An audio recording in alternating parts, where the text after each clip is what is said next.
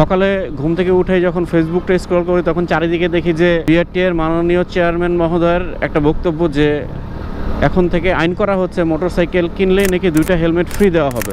উনি এখানে প্রধানত 3টা পয়েন্টের কথা বলেছে। প্রথম পয়েন্টটা হচ্ছে উনি চাচ্ছে যে এমন একটা আইন করতে যে মোটরসাইকেল বিক্রেতারা যারা আছে তারা বাধ্যতামূলকভাবে 2টা হেলমেট ফ্রি দিতে হবে।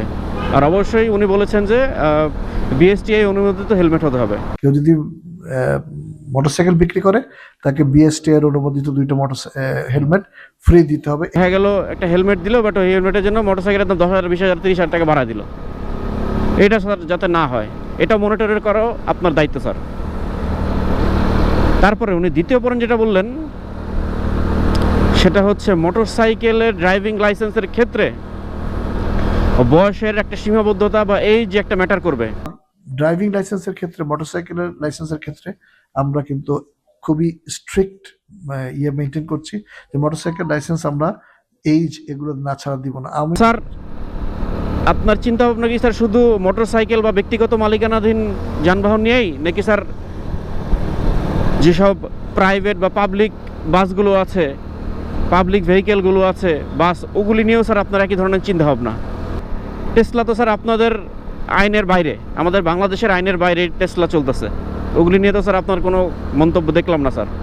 সব বাইক, সব শুধু অ্যাক্সিডেন্ট বাইকেই, সব শুধু ব্যক্তিগত মালিকানাধীন যানবাহনের ক্ষেত্রেই স্যার আপনাদের পলিসি। আর স্যার তৃতীয় দেখলাম আপনি পুলিশকে আরও বাইকের প্রতি আরও কঠোর হওয়ার জন্য বলতেছেন। আমাদের পুলিশ মহোদয়দেরকে অনুরোধ করব যে আপনারা এই ক্ষেত্রে একটু কঠোর অবস্থান নেন, কারণ আমাদের যে টোটাল অ্যাক্সিডেন্ট হয়েছে, টোটাল যে অ্যাক্সিডেন্টের পরিসংখ্যান তার 73% কিন্তু মোটরসাইকেল। স্যার দয়া করে অন্যান্য যানবাহনের প্রতি একটু কঠোর হওয়ার একটু পরামর্শ দেন পুলিশদেরকে। পুলিশ এমনিই বাইকারদের প্রতি প্রচুর কঠোর, আর ব্যক্তিগত মালিকানাধীন যেসব যানবাহন আছে তার প্রতি অনেক কঠোর। তো স্যার আপনার কাছে বিনীত অনুরোধ করব যে আপনারা স্যার এই বাইকারদের প্রতি এরকম আচরণ বন্ধ করেন।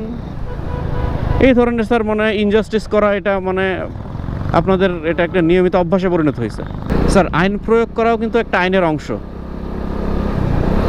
বাইকাররা যারা আমরা আছি বা ব্যক্তিগত যারা গাড়িগুলি চালাই, আমরা স্যার যদি কোনো আইন ভঙ্গ হয় আমরা কিন্তু সাথে সাথে আইন আমাদের উপর প্রয়োগ করা হয় জরিমানার মাধ্যমে।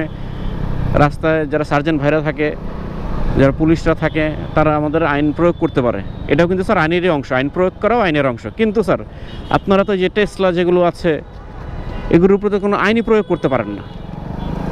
এই জিনিসগুলি নিয়ে আসলে কেউ কথা বলে না। ইভেন যারা মোটরসাইকেল বিক্রেতা আছে তারাও বলে না,